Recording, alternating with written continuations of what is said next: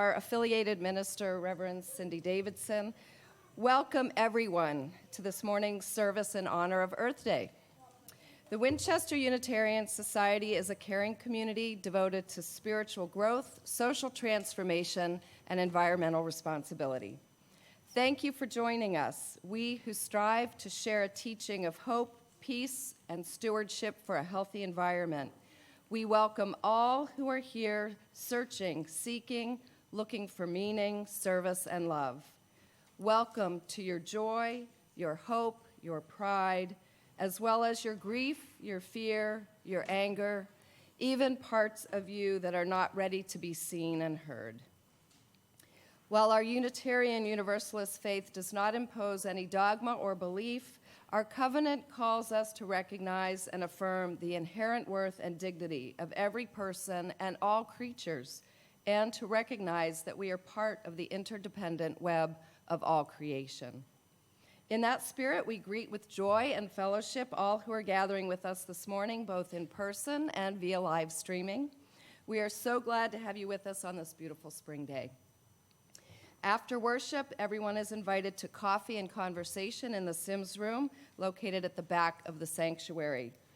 After the service today, the Fellowship Committee will guide a discussion of the book Braiding Sweetgrass: Indigenous Wisdom, Scientific Knowledge, and the Teachings of Plants by Robin Wall Kimmerer, whose words you will hear during the service. Even if you have not read or finished reading the book, you are welcome to join us in the parlor at noon. Now, let us open our hearts and our minds to the spirit of worship.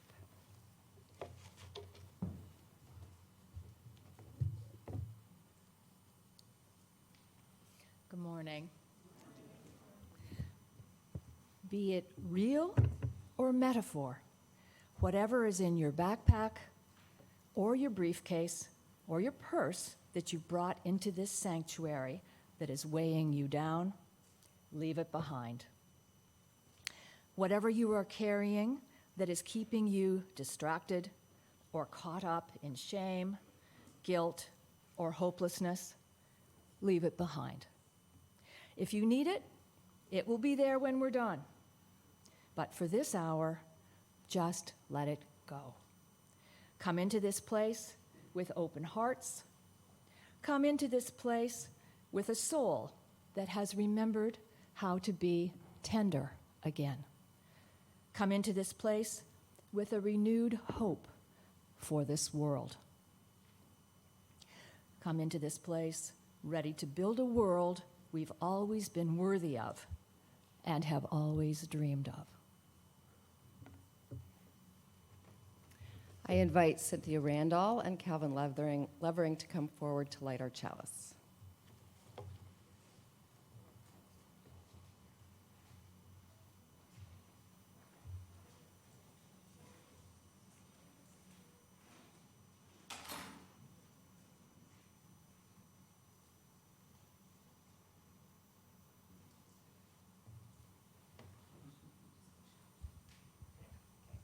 Good morning. Even a wounded world is feeding us. Even a wounded world holds us, giving us moments of wonder and joy. Choose joy over despair, not because we have our heads in the sand, but because joy is what the earth gives us daily, and we must return that gift. Please rise in body or spirit to join in singing hymn number 309 in the gray hymnal, Earth is Our Homeland.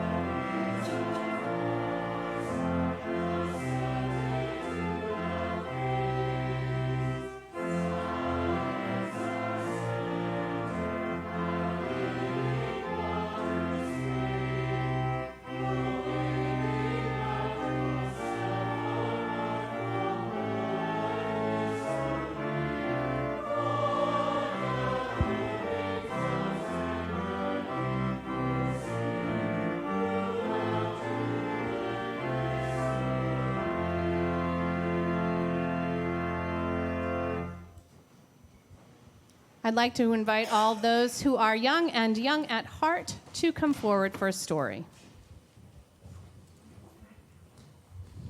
Good morning, everybody. Come on up here. Welcome. So did everybody have a really nice April break? Yeah? No, some did, some didn't. We have mixed reviews, folks. Indiana, wow. Statue of Liberty, oh my gosh. California, wow, we went everywhere. Hey, here's a question that I want to ask you that's close to home. Did any of you, were you here when we planted tulips with our friend Margaret in the garden? Raise your hand if you were here. Okay, yes, you were here. So if you look to my left, your right, what do you see on that table? Those are the tulips that you all helped plant in the garden. And Margaret picked them special this morning for Earth Day, just so you could see what you have created with her. What do you think of that? Aren't they beautiful? Yeah, it was fast. It was in the fall. It was long, like in October, we planted them, yeah. So I'm going to read you a story that's all about gardening. So it's a really awesome story, and you can either look at the book or you can look at the screen. It's called The Curious Garden by Peter Brown. Okay, I need your listening ears while I read this story, okay? Okay. There once was a city without gardens or trees or greenery of any kind. Most people spent their time indoors. As you can imagine, it was a very dreary place. However, there was one boy who loved being outside. Even on drizzly days, while everyone else stayed inside, you could always find Liam happily splashing through his neighborhood. It was on one such morning that Liam made several surprising discoveries. He was wandering around the old railway, as he did from time to time, when he stumbled upon a dark stairwell leading up to the tracks.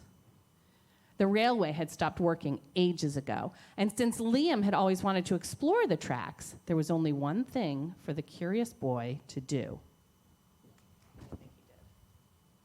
Liam ran up the stairs, pushed open the door, and stepped out onto the railway. The first thing he saw was a lonely patch of color. Wildflowers and plants were the last things he had expected to find up there. But when he took a closer look, it became clear that the plants were dying. They needed a gardener. Liam may not have been a gardener, but he knew that he could help. So he returned to the railway the very next day and got to work. The flowers nearly drowned, and he had a few pruning problems, but the plants patiently waited while Liam found better ways of gardening. As the weeks rolled by, Liam began to feel like a real gardener, and the plants began to feel like a real garden. Most gardens stay in one place, but this was no ordinary garden. With miles of open railway ahead of it, the garden was growing restless. It wanted to explore. The tough little weeds and mosses were the first to move. They popped up farther and farther down the tracks and were closely followed by the more delicate plants. Over the next few months, Liam and the Curious Garden explored every corner of the railway. Look at that beautiful picture.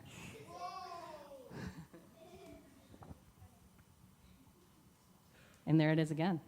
See that? After spending his spring and summer and autumn with the garden, Liam's time on the railway was finally interrupted by winter. Heavy blankets of snow fell on the city that season, and for the first time since he'd become a gardener, Liam could not visit the plants. Look, there he is with his little sled. Rather than waste his winter worrying about the garden, Liam spent it preparing for spring. After 3 cold months, the snow finally began to melt, and Liam rolled his new gardening gear over to the railway. Winter had taken a toll on the garden. But thanks to Liam's planning, his handy new tools, and a little help from the sun, the plants soon awoke from their wintry sleep, Have we been seeing that at all? Have plants been awakening from their wintry sleep? A bit, yeah. The garden had always wanted to explore the rest of the city, and that spring it was finally ready to make its move. Once again, the tough little weeds and mosses set out first. They popped up farther and farther from the railway and were closely followed by the more delicate plants. The garden was especially curious about old, forgotten things. Sometimes I feel like an old, forgotten thing. Does that ever happen to you? Yeah, because I am old, yeah. A few plants popped up where they didn't belong. Others mysteriously popped up all at once.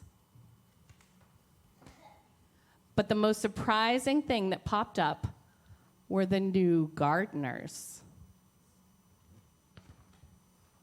Look at them all there. Look at all of the gardens that are getting started. You like that one with the animals?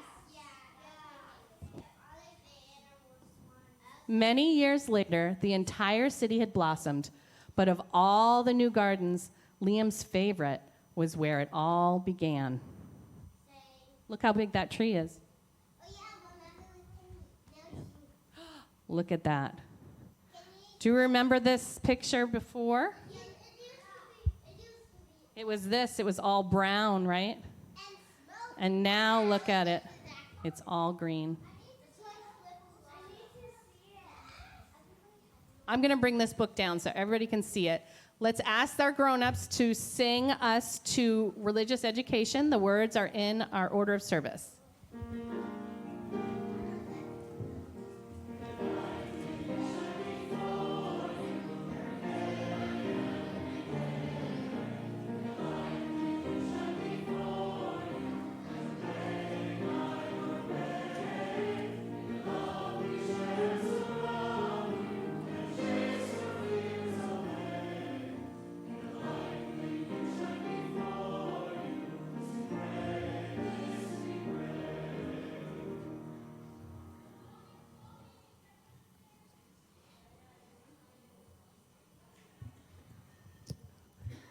Such good sounds in the background.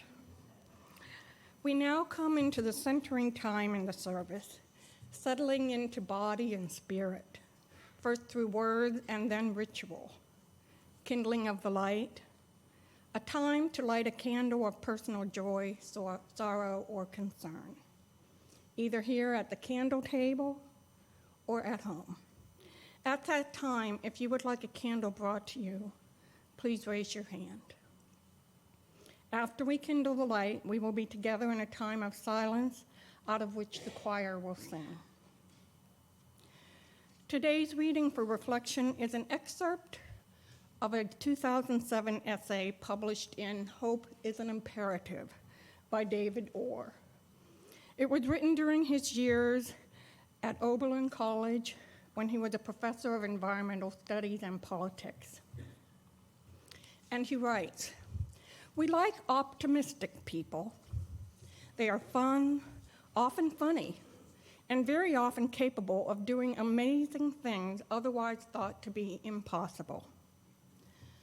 Were I stranded on a life raft in the middle of an ocean and had a choice between an optimist and a pessimist as a companion, I'd want an optimist, providing they did not have a liking for human flesh. Optimism, however, is often rather like a Yankee fan, believing that the team can win the game when at the bottom of the ninth they're up by a run with 2 outs, a 2-strike count against a .200 hitter, and Mariano Rivera in his prime is on the mound. He or she is optimistic for good reason. The Red Sox fan, on the other hand, believes in salvation by small percentages and hope for a hit to get the runner home from second base and tie the game. Optimism is the recognition that the odds are in your favor.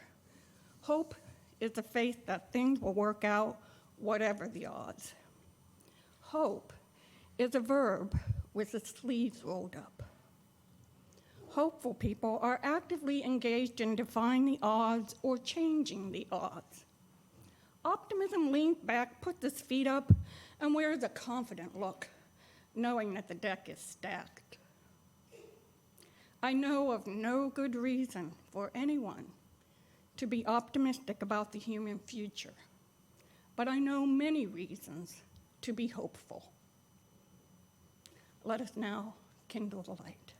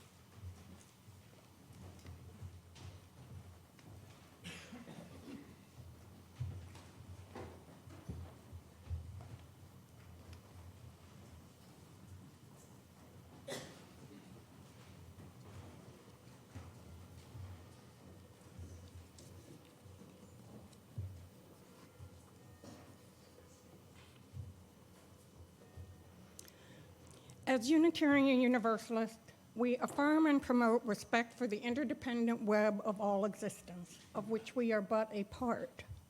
And so it is fitting that we dedicate a service near Earth Day to honoring the beauty, wisdom, and fragility of our Earth home, and to calling ourselves and each other to actions that build a better future with a livable climate for all. It's no surprise, we all know we're facing a global climate crisis. As each scientist update and warning and each news item covering the real impacts of climate change somewhere on the planet remind us nearly every day. It is hard to be optimistic about the fate of humanity and the planet.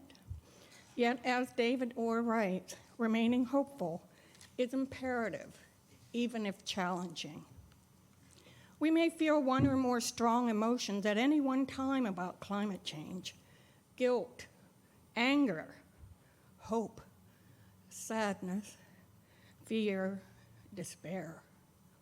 These can shape our responses and how we choose to act in real time and over periods of time. How we feel and process our emotions influences what lifestyle changes we intend to or do in fact adopt, and even what types of climate policies we support in theory or by action. I've left a one-page summary of an interesting study on that topic on the table in the back room. A different recent study shows that most Americans think global warming should be a high government policy priority, and most people support various climate policies. However, there's a big discrepancy between the public's attitudes about climate action and their own behaviors or actions that they take to limit global warming. The attitude-behavior gap. In this particular study, people were asked about their willingness to take political actions if someone they like and respect asked them to. And I wonder if you might be that someone. The 4 actions were to sign a petition about global warming, or donate money to an organization working on global warming, or volunteer time to such an organization, and contact government officials about global warming. Then they asked these folks whether they had actually taken any of those actions in the previous 12 months. So those who said that they definitely or probably would donate money usually had given a gift sometime in the previous year. However, with signing a petition or volunteering or contacting government officials, most respondents who said they definitely or probably would do these other actions had, in fact, not taken any of these actions at least one time in the previous 12 months. The researchers, being good researchers, tried to tease out what was behind this attitude-behavior gap, and they identified some common characteristics among those who were in the definitely would be willing and active, who did do it group. These people were more likely to discuss global warming with families and friends, to hear about global warming in the media, or to hear other people talk about global warming. Also, they were more likely to perceive social norms supportive of climate action, like how much of an effort family and friends are making to reduce global warming, and how important it is to one's family and friends that you take action to reduce global warming. That sounds to me a lot like what we're doing here today in this service, and here all year long in the work of your Green Sanctuary Committee and in the shared ministry at WOS. Let us remember that talking about climate change amplifies and normalizes it within networks, thereby making many people more likely to act. Let us remember that every action matters and contributes to collective efficacy. These times call for an all-of-the-above collective response when it comes to possible actions. I am hopeful that wherever you find yourself on the spectrum of emotional reaction to climate change, that the stories you hear today will encourage you to roll up your sleeves and put hope into action for our shared future. After each person offers a reflection this morning, the community is invited to respond by singing the verse from the very lively tune, Do It Now. The words are printed in your order of service. We begin with the first reflection from Sue Kelfa.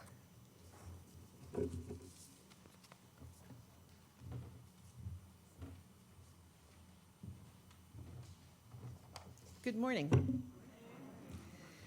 When we were building our current home in Winchester, with the exception of the gutted stone portion of the old house, we had the advantage that we were basically building a house from scratch.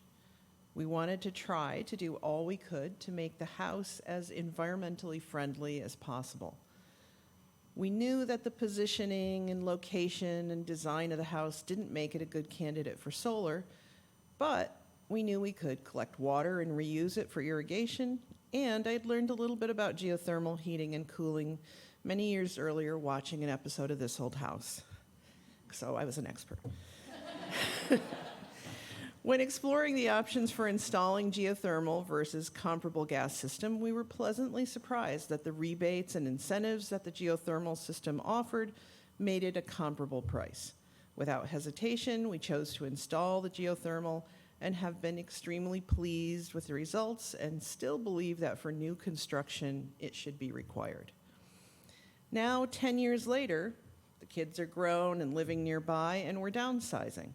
I've purchased a house in nearby Arlington. The Arlington house has an existing oil tank and a relatively recent oil burner and an ancient compressor for air conditioning. I could simply choose to purchase a new compressor and be done with what is necessary. Or could I? I consider myself a very fortunate person. I've had a very successful and fairly lucrative career. While I could move in and do nothing, I believe that my personal financial position requires me to do more. And even without that, my care and concern for my children and the planet that they and others will inherit makes me want to do my very best. Whether that's reusing, recycling, composting, choosing to sign up for a renewable energy source, or installing greener ways to heat and cool my home. We make hundreds of little decisions every day, and hopefully we think of how those decisions impact everything in our world. Some of those decisions are easy. I'll pick up the water bottle that somebody left on the ground and put it in the recycling. And as someone who especially enjoys being outside, bird watching, walking in the woods, I try to do my best to show my care in many little ways.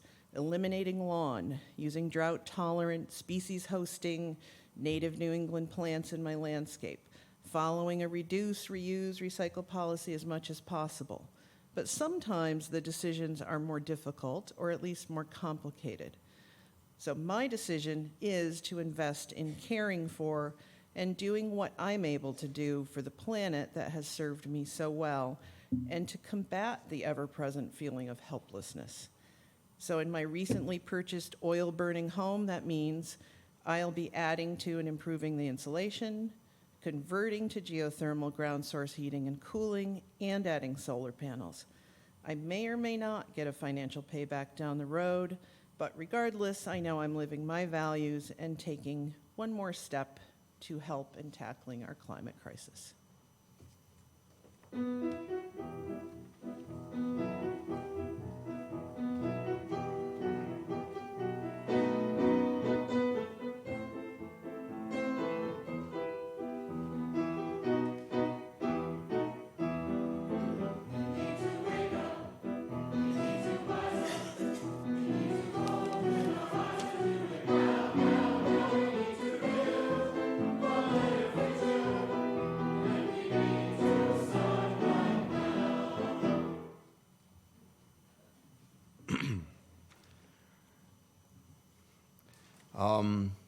So what would it take to motivate you to take action at your place of work?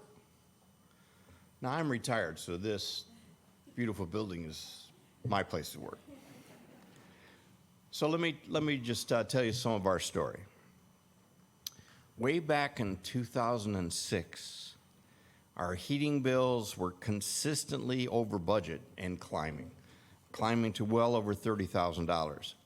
It had become customary in the winter to do a special fundraising campaign just to get the extra cash to pay to National Grid. There was no building committee back then, so Joe Randolph and I and a couple other guys created one, and we decided to take a stand. Instead of spending the $7,125 that was raised and sending it to National Grid, we decided to use that money to fix the problem.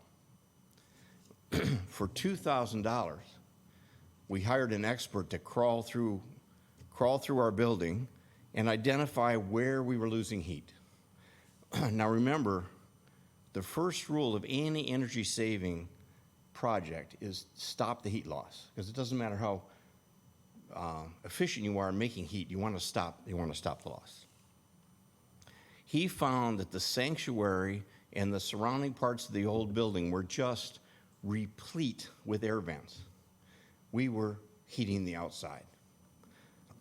Now, this wasn't a design flaw. Because of the global flu viruses that are running around, they actually designed the whole building, particularly the heating system, to use generous amounts of outside air to combat the exchange of the flu virus. So we spent the rest of the $7,000 plugging holes.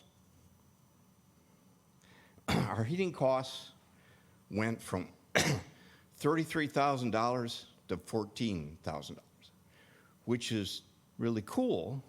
But if you look at this chart, it shows how much more each year we would have spent had we done nothing in 2006 and 2007. You do it now, it keeps giving. While we have continually made improvements, and we certainly attacked in 2010 our whole electricity use, you can see the biggest ongoing savings came from these initial actions.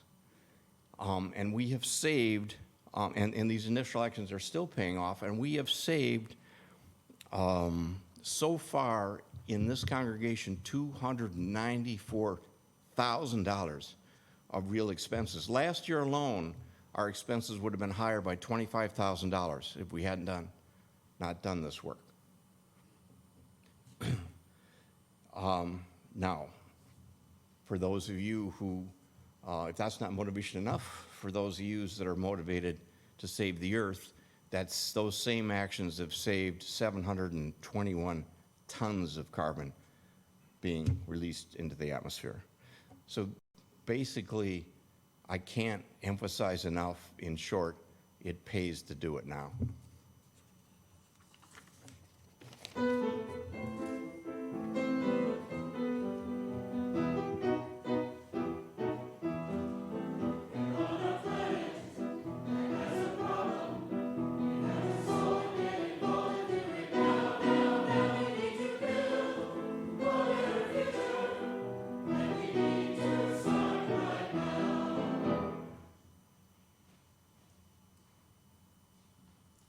Good morning, everyone.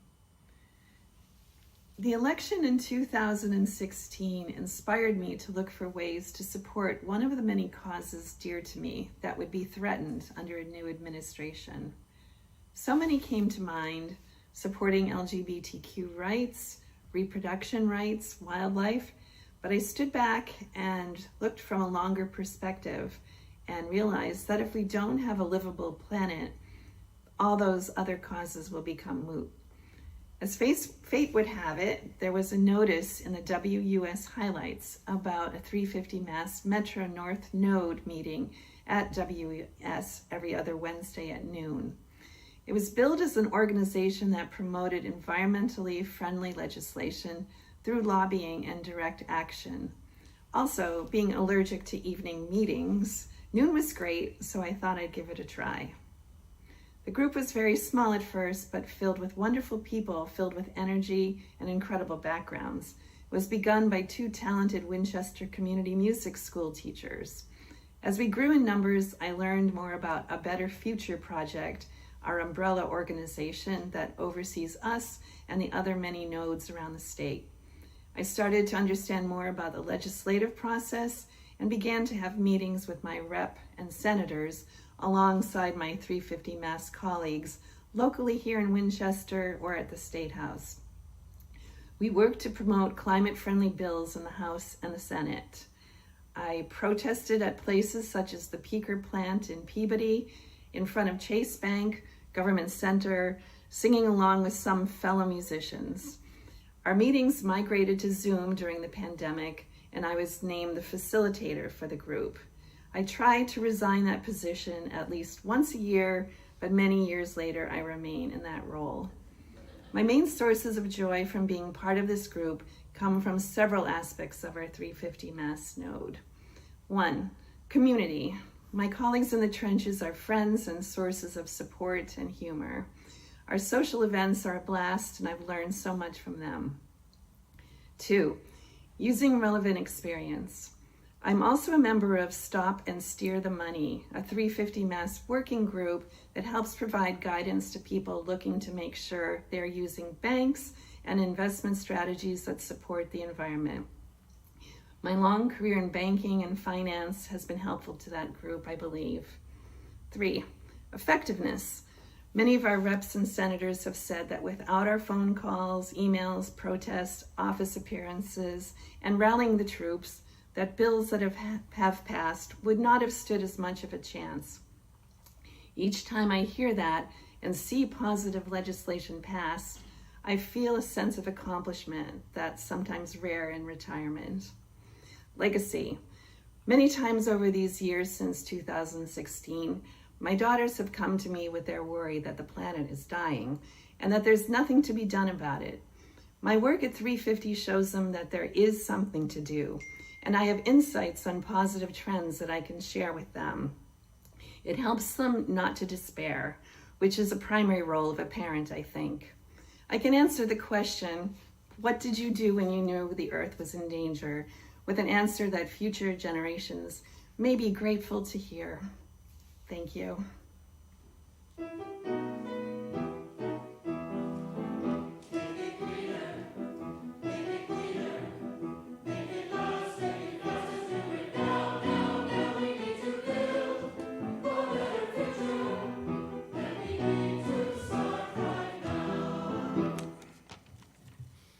Good morning.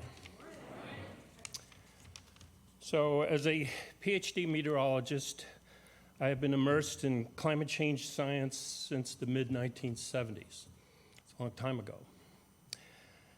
It's now crystal clear that humanity has entered an era of rapidly increasing climate destabilization resulting from a global economy based on fossil energy.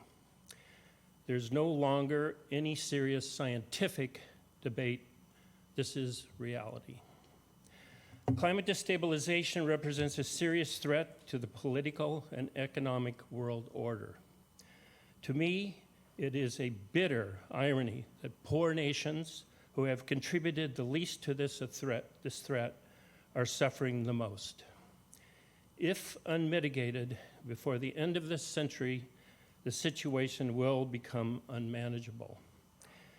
This is the cruel legacy that we will leave for young people and future generations, including my own grandchildren, unless profound changes are made to the global economic infrastructure.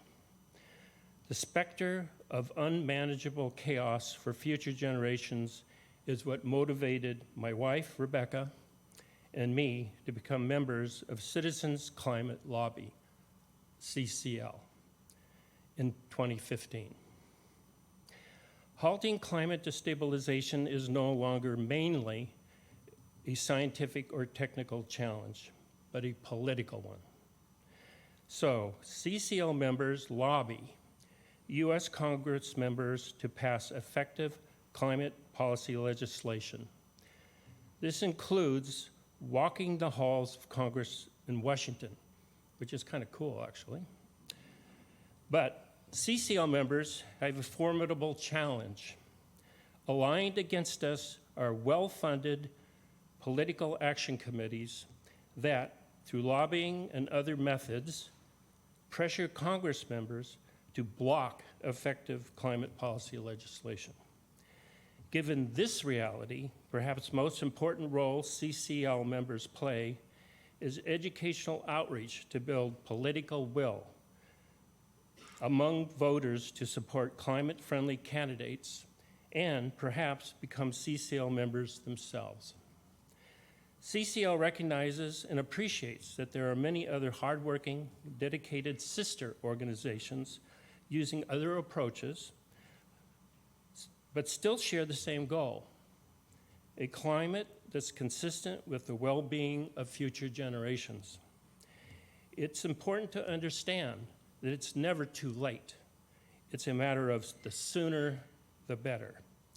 To this end, along with our sister organizations, CCL soldiers on.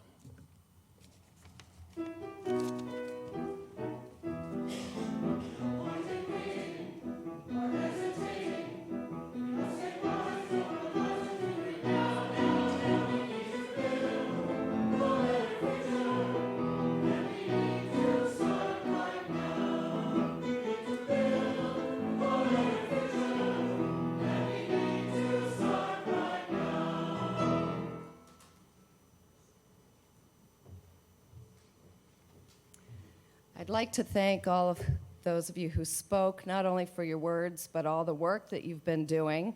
And I see many other people here who are also very busy. There will be, during coffee hour, a resource table where Rachel Whitehouse and Phil Coonley will be there to share resources.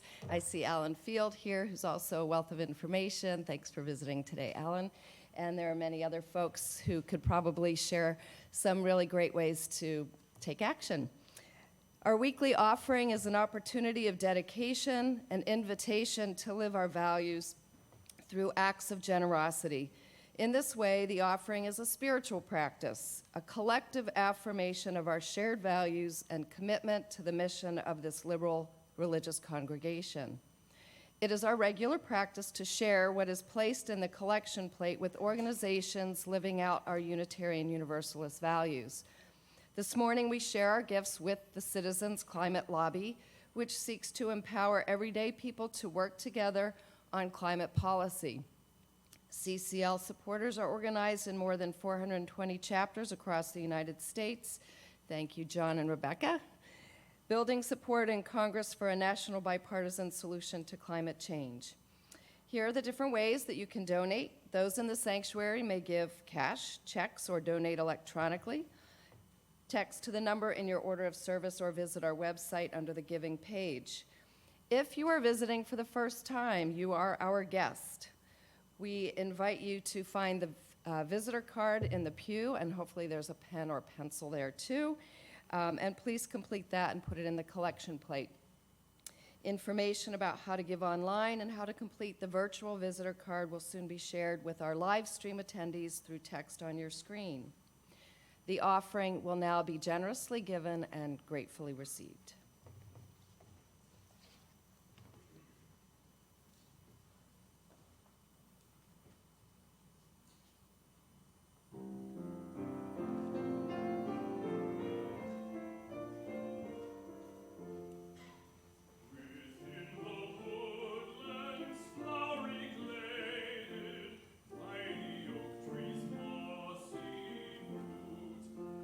Shining grass plains, timber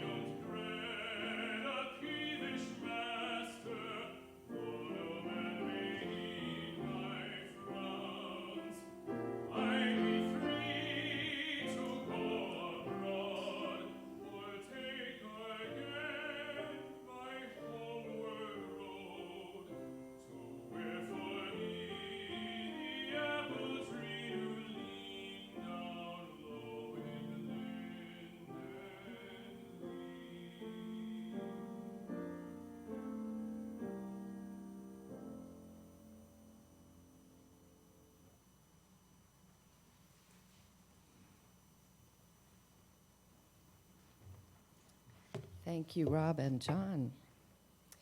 Those who wish to do so are invited to join in speaking the unison affirmation found in your order of service.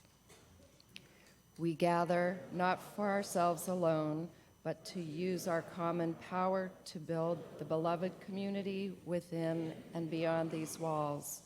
We create and reaffirm this covenant this day to make justice flourish, to practice compassion amidst difference, and to embody transformative love. Please rise in body or in spirit to join in singing our closing hymn, number 1064 in the teal hymnal, Blue Boat Home.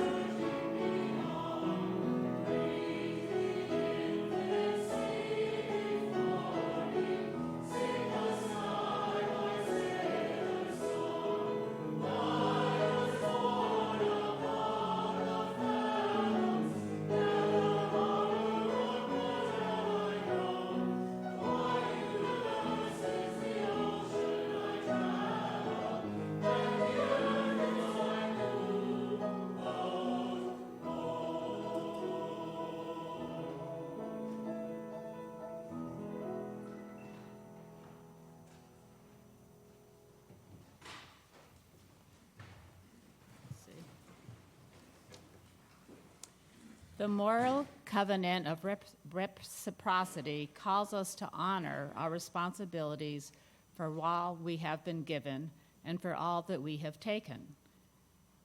It's our turn now, long overdue. Let us hold a giveaway for Mother Earth. Spread out blankets out for her, pile them high with gifts of our own making.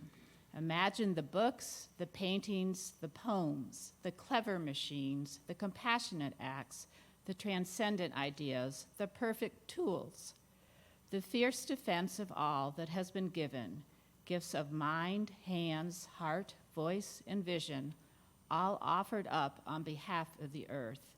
Whatever our gift, we are called to give it and to dance for the renewal of the world, and in return for the privilege of breath.